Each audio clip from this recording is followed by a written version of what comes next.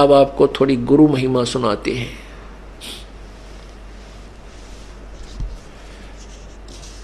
पुण्यात्माओं, आप प्रतिदिन पढ़ते हो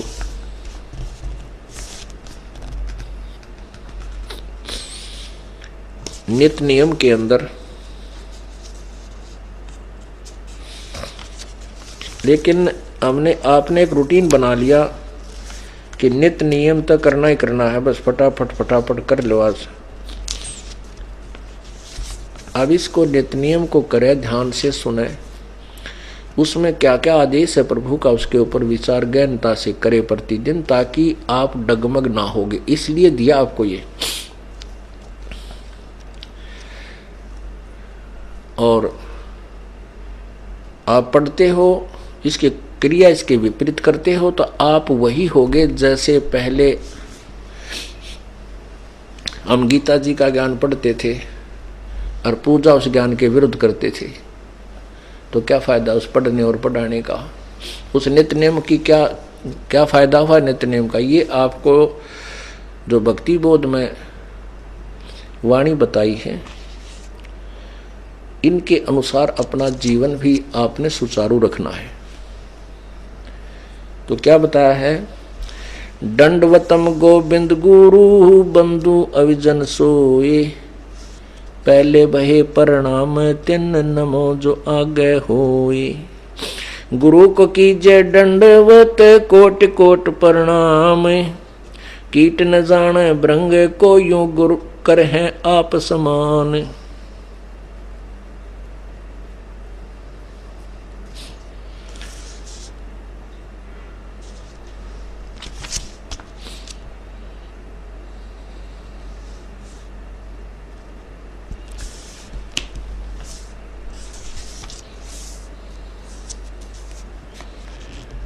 अब देखो गुरु कौन होते हैं।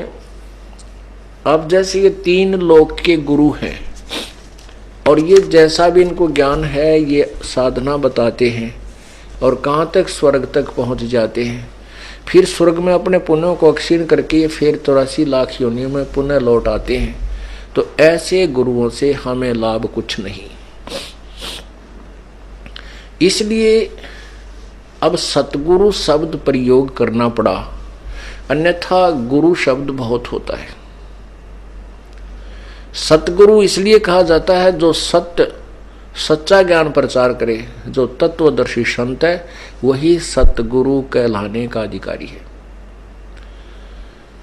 तो परमात्मा कबीर जी स्वयं ही सतगुरु बनकर आए थे, तत्वदर्शी संत बनकर आए थे, लीला की थी उन्होंने। इसलिए हम सतगुरु कबीर परमेश्वर भी कहते हैं। तत्वदर्शी संत कबीर साहिब यानी कबीर प्रभु। तो यहाँ क्या बताया है कि और सतगुरु के स्थान पर फिर गुरु शब्द इसलिए प्रयोग करते हैं कि ये गुरु ही नहीं है जो इनकम्प्लीट नॉलेज रखते हैं। मास्टर वही होता है, गुरु वही होता है जो कंप्लीट नॉलेज रखता है। इसलिए गुरु शब्द ही बहुत है, लेकिन ये गुरु नकली अपने फीत लगा ली, इसलिए सतगुरु कहना पड़ा जो सच्चा ज्ञान बतावे।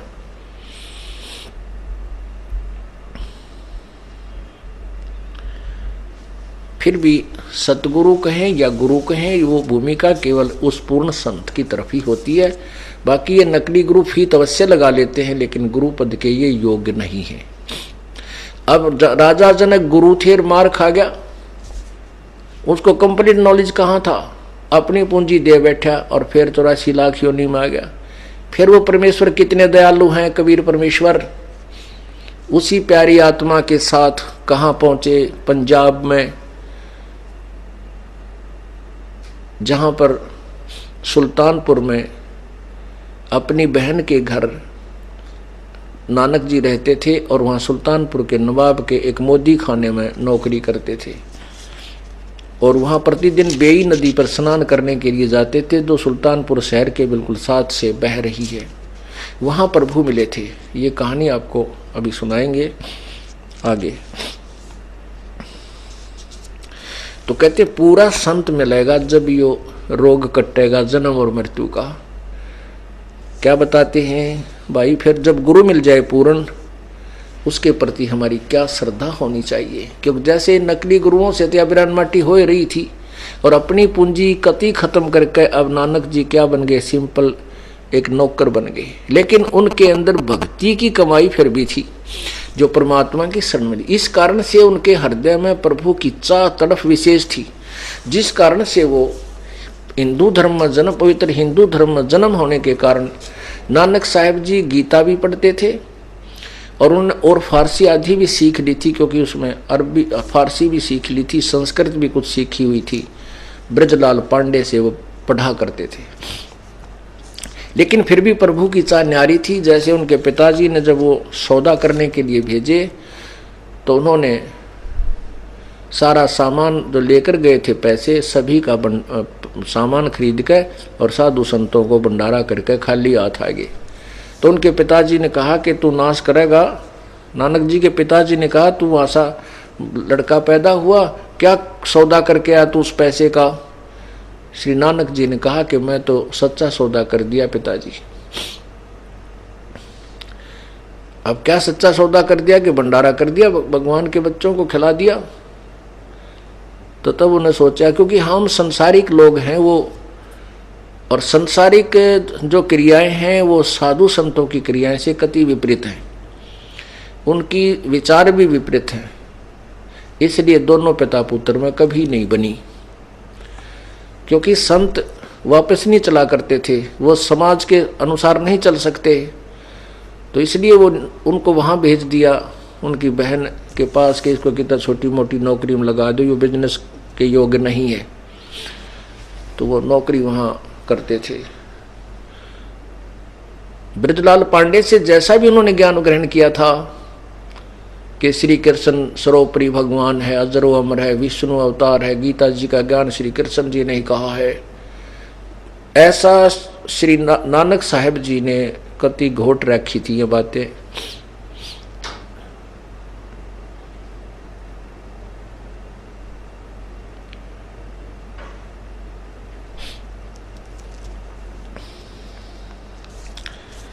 अब आपको ये कथा पहले सुनाता हूँ, उसके बाद ये गुरु महिमा कुछ अंश सुना देंगे।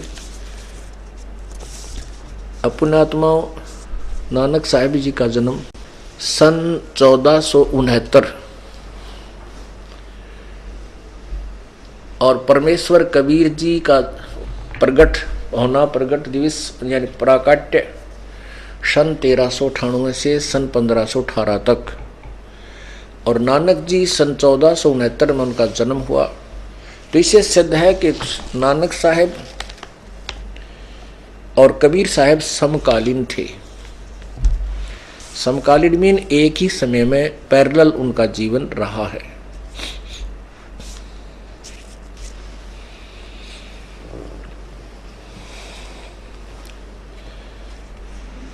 परमात्मा काशी बनारस में धानक की जुलाहे की भूमिका कर रहे थे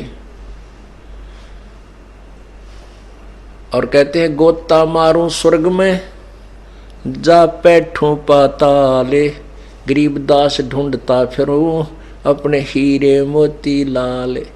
कबीर परमात्मा गरीबदास जी को बता रहे थे कि बेटा मैं अपने हीरे मोती माणिक इनको ढूंढता फिरता हूँ, गोता मारूं स्वर्ग में और फिर जा बैठूं पाताल, सब लोगों में 1 सेकंड में पहुंच जाता हूँ और अपनी प्यारी आत्माओं को ढूंढ ढूंढ कर उनको अपने बारे में ज्ञान समझाता हूँ।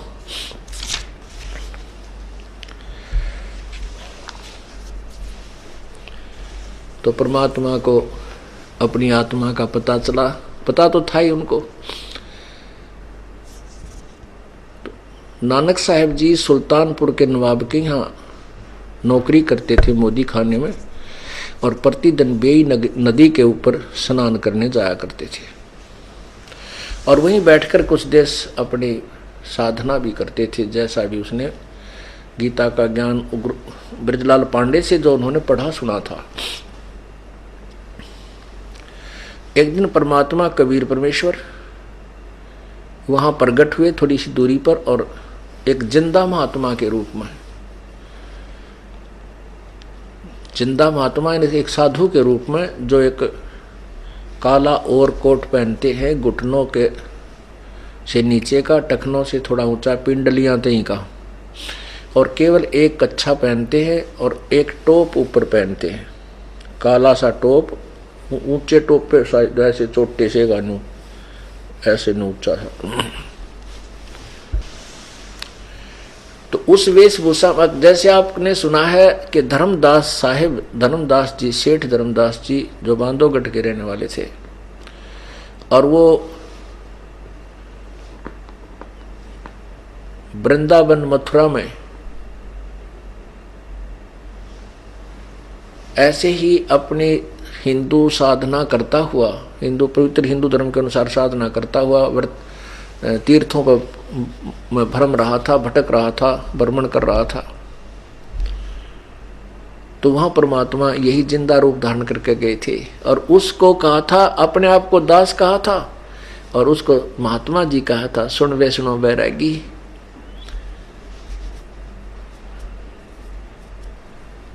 ऐसे ही अगर सीधा जाकर भगवान कह दे तो कोई सुने को नहीं, क्योंकि काल के द्वारा हम इतने भ्रमित हैं।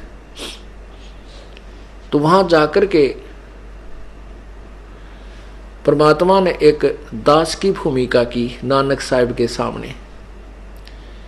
नानक जी वहां बैठे थे, स्नान करके,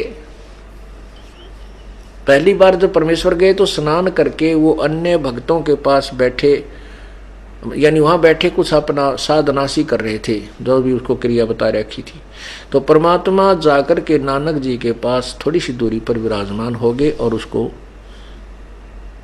राम राम सलाम वालेकुम जो भी कहा उच्चारण किया।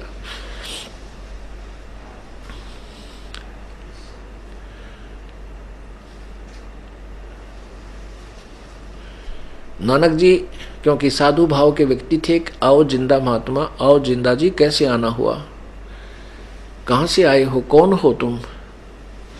परमात्मा ने परिचय दिया कि मैं एक धानक जाति से बिलोंग करता हूँ, बनारस में रहता हूँ, और मैंने रामानंद जी महाराज, स्वामी रामानंद जी, पंडित स्वामी रामानंद जी से दीक्षा भी ले रखी है, लेकिन मेरी संतुष्टि नहीं है, मुझे ज्ञान प्राप्त पूरा नहीं हुआ, पूर्ण मोक्ष मार्ग मुझे चाहिए। उसके लिए मैं जगह जगह साधु संतों के बारे में घूम भटक रहा हूँ। इस क्षेत्र में आया तो आपके बारे में मुझे सुना कि आप बड़े त्यागी वैरागी हैं, आपने ऐसे ऐसे, आपके पिताजी ने आपको सौदा करने के लिए भेजा था, आपने उस पैसे का ही भंडारा कर दिया, आप तो बड़े महान आत्मा हो, आप महापुरुष हो। आपकी महिमा सुनकर वहां जनसाधारण से मैं आपके पास अपने कल्याणार्थ आया हूं। अब नानक जी कहने लगे कि जिससे कोई ज्ञान लेता है उसको गुरु बनाया जाता है। परमात्मा बोले कि मुझे तो ज्ञान की आवश्यकता है, कल्याण चाहिए, मैं आपको अपना गुरु धारण कर लूंगा। अब नानक जी कहने लगे कि सुन जिंदा, जो साधना तो मुसलमान धर्म में करते हो ये ठीक नहीं है। श्री कृष्ण जी सुप्रीम पावर हैं, श्री कृष्ण जी के बराबर इस पृथ्वी पर कोई नहीं है। ब्रह्मा विष्णु महेश ये एक ही शक्ति है, विष्णु अवतार ही श्री कृष्ण रूप में आए थे और इन्होंने ये अजरो अमर है, इनके कोई माता पिता नहीं है, सर्वश्रेष्ठी रचनार है सारे। ऐसे ऐसे पूरी जो भी हो गया सापिटा ज्ञान उन्होंने सुन रखा था, हम जैसा हम हिंदुओं ने सुन रखा था वही उन्हें पांड्या ने उस प्यारी आत्मा को सुना रखा था, वही उन्होंने ग्रहण किया हुआ था। क्योंकि नानक जी का पवित्र हिंदू धर्म जन्म होने के कारण और परमात्मा में आस्था होने के कारण अधिक रुचि थी श्री गीता जी के अंदर। तो फिर जैसा भी उसने ज्ञान प्राप्त था नानक जी को, वो परमात्मा को सुनाने लगे, जिंदा महात्मा को, कि प्रतिदिन गीता जी का पाठ करना चाहिए, इसके अंदर वो रहस्य, गुड रहस्य है, इसके अनुसार ये जाप पाठ करने से मोक्ष हो जाता है। अब परमात्मा ने कहा कि नानक जी मैं आपसे कुछ प्रश्न कर सकता हूँ। नानक जी बोले खूब करो प्रश्न। जब उनकी ये वार्ता होने लगी तो 20-30 जो वहाँ के भगत स्नान करने जाते थे, सैर सपट्टा करने जाते थे, वह भी बैठ गए अब भाई कुछ ज्ञान चर्चा शुरू होगी इनकी। अब नानक जी को परमात्मा ने कहा कि आप बताइए गीता जी का ज्ञान किसने कहा? नानक जी ने तपाक से उत्तर दिया कि ये तो श्री कृष्ण जी ने कहा। महाभारत का युद्ध होने जा रहा था, अर्जुन को युद्ध करने से मना करा था, तो परमात्मा ने कहा ठीक है, श्री कृष्ण जी ने गीता का ज्ञान कहा। और आप कहते हो श्री कृष्ण जी अजरो अमर है, इनका जन्म मृत्यु होता ही नहीं, ये तो सारी सृष्टि के रचनहार हैं। परमात्मा नानक जी ने कहा कि इसमें कोई शंका है आपको? परमात्मा बोले जिंदा रूप में कि नहीं, शंका नहीं, मैं प्रार्थना कर रहा हूं कि जैसे गीता जी अध्याय नंबर 2 के श्लोक नंबर 12 में कहा है कि अर्जुन तेरे और मेरे बहुत जन्म हो चुके हैं, ये मत समझे कि ये अब तू और मैं और ये राजा लोग वर्तमान में ही हैं, तू और मैं और ये सब पहले भी जन्मे थे, आगे भी जन्मते रहेंगे। गीता जी के अध्याय नंबर 2 के श्लोक नंबर 17 में कहा है कि अविनाशी तो उसको जान जिसके मारने में कोई भी सक्षम नहीं है और जिससे पूरे संसार की सृष्टि की उत्पत्ति हुई है। गीता जी अध्याय नंबर 4 के श्लोक नंबर 5 में गीता ज्ञानदाता यानी आप जिसको श्री कृष्ण कह रहे हो, श्री कृष्ण मान लेते हैं थोड़ी देर के लिए। वैसे तो गीता जी का ज्ञान किसने कहा वो तो बाद में बताऊंगा। तो चौथे अध्याय के 5वें श्लोक में कहा है कि अर्जुन तेरे और मेरे बहुत जन्म हो चुके हैं, तू नहीं जानता मैं जानता। तो क्या ये अविनाशी हैं? अब नानक जी समझ गए भाइयों, तो बात बिगाड़ेगा कुछ। फिर परमात्मा ने आगे बताया कि सुनो, गीता जी के अध्याय नंबर 18 के श्लोक नंबर 62 में कहा कि अर्जुन तू सर्वभाव से उस परमेश्वर की शरण में जा जिसकी कृपा से तू परम शांति और शाश्वत स्थान यानी सदा रहने वाले सचखंड को प्राप्त होगा, सत्यलोक को प्राप्त होगा। गीता जी अध्याय नंबर 15 के श्लोक नंबर 4 में स्पष्ट किया है कि जब तत्वदर्शी, जैसे गीता जी अध्याय नंबर 4 के श्लोक 34 में कहा है कि उस परमात्मा के पाने के लिए किसी तत्वदर्शी संत की खोज कर उन संतों को दंडवत प्रणाम कर भली भांति उनको निष्कपट भाव से उनसे प्रसन्न कर, फिर वो तत्वदर्शी संत तुझे परमात्म तत्व का ज्ञान कराएंगे, वैसे भक्ति कर। और उसके आप परमात्मा के पाने का क्या मंत्र जाप करते हो? परमात्मा ने प्रसन्न किया। नानक जी ने कहा कि मैं ओम भगवते वासुदेव नमः, ओम वासुदेव भगवते नमः। परमात्मा ने कहा ये ज्ञान कहाँ लिखा है? अब गीता पढ़ा करते थे तो भी नहीं पता था, तो कहते हैं परमात्मा ने कहा कि गीता जी के अध्याय नंबर 8 के मंत्र 13 में गीता ज्ञानदाता कहता मेरा तो केवल एक ओ मंत्र, इसका करना भागवते नमः, ना कोई वासुदेव नमः, ओनली ओम।